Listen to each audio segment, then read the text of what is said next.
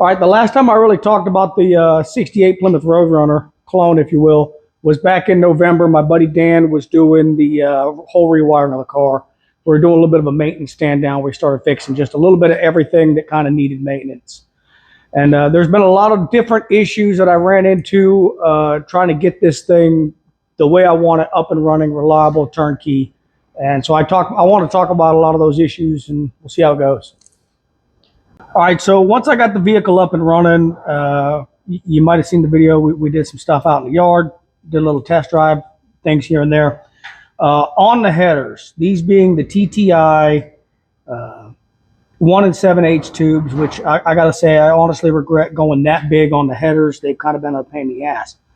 But the biggest issue that I ran into right off the gate was the header leak, specifically on the right side of the vehicle over here. The factory gaskets from the TTIs, this is what they did, which it progressively got worse and worse the first day I actually took it out and drove it, to the point by that evening it sounded like a ratty old Dodge pickup, which isn't bad if you're into that kind of thing. So I've kind of been a fan of copper gaskets. I ordered a set of copper gaskets. So I get these copper gaskets in, and again, the issue I had after sneaking these in was the exact same issue. Exhaust leak, header leaks. These work really well, but if the aftermarket TTIs, they're so big they can't sit inside the flange. So talk about the pain of repeating the same process. I ordered a set of Remflex, and the Remflex gaskets, I got to say, have been pretty good. It fixed that issue. Second issue was brakes, chase and brake issues several times, but I've got it figured out to where now, hey, power brakes are working, and that issue was resolved.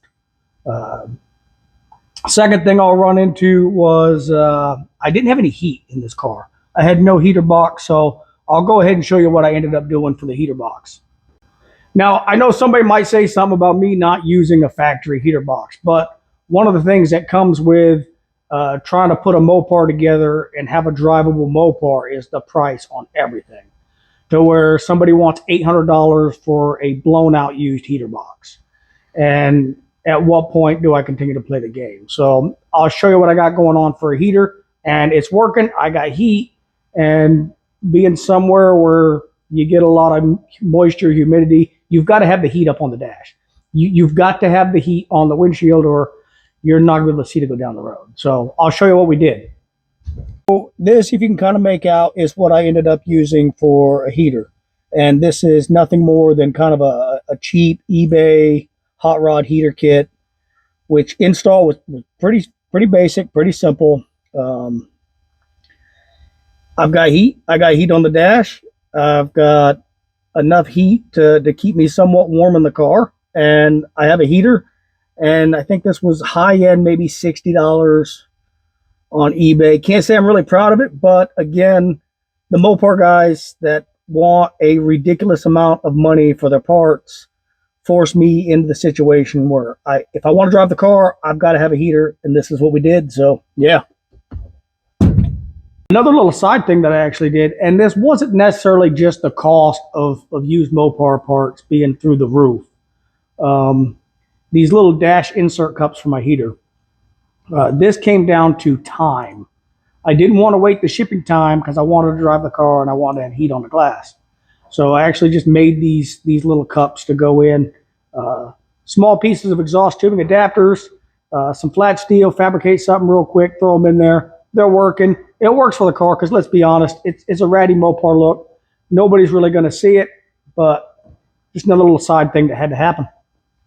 Thanks to my good buddy Dan, who was able to rewire the entire car. The old wiring was in such bad shape. I was actually concerned. Actually, I should say he was more concerned that the car is about to burn to the ground. So he really hooked me up. He did rewire the entire car, looking for a place to put my fuse box. This is what I did, which this is just inside the little glove box here. I had a little cardboard insert that was pretty much falling apart, which was useless. So I figured this was the best place to get it, good access. And it's another thing we had to get done. All right, so at this point, I had fixed the header leak.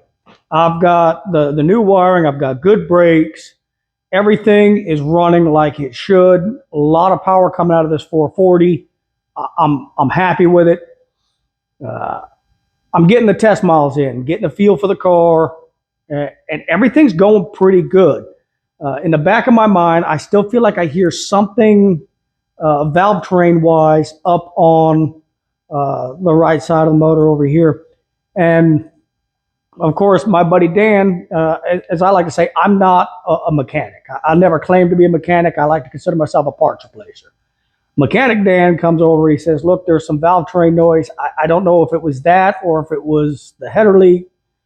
And sure enough, he was right. I kind of knew it was right. Something was wrong.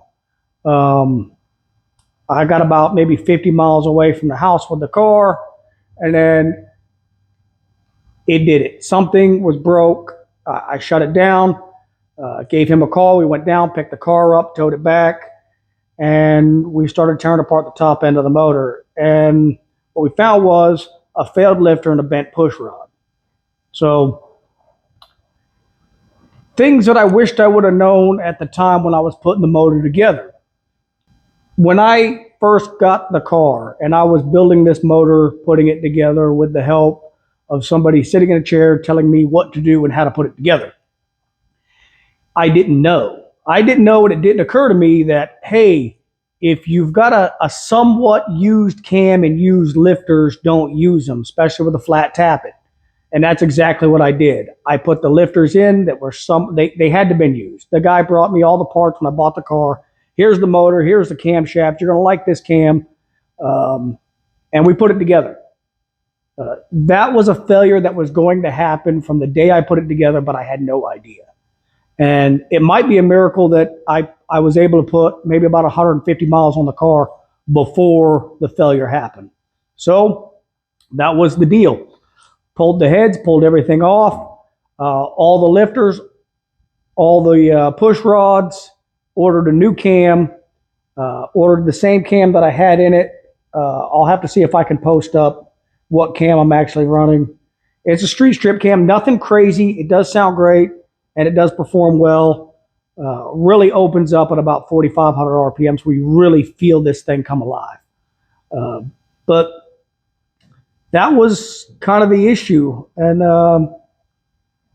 to be that close to having this thing road ready, turnkey, ready to go, and then to have something like that happen, it's a bit of a downer. But hey, we got it apart. We ordered new parts, got them in the mail. Definitely big thanks to my buddy Dan.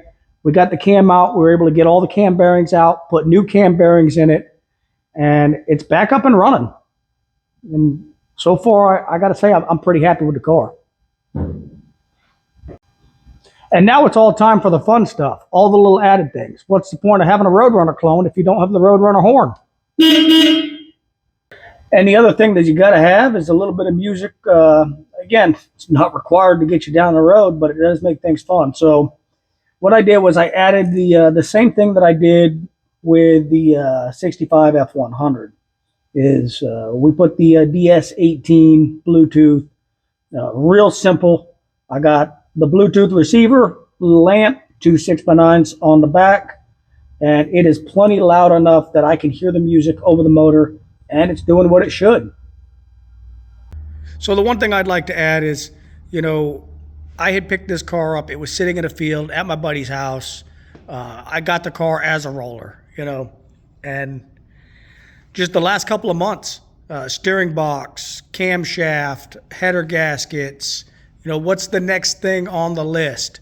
If you're in that position with a project car, just keep moving forward. It will end, it will stop. And sometimes it just seems like the more times you replace things on a car, the more that car wants more parts. Eventually it does end, and it does get complete. And so it's pretty cool to really get this thing out on the streets and take something that hasn't been on the road in a very long time, and it's back on the streets, and it's doable. So yeah.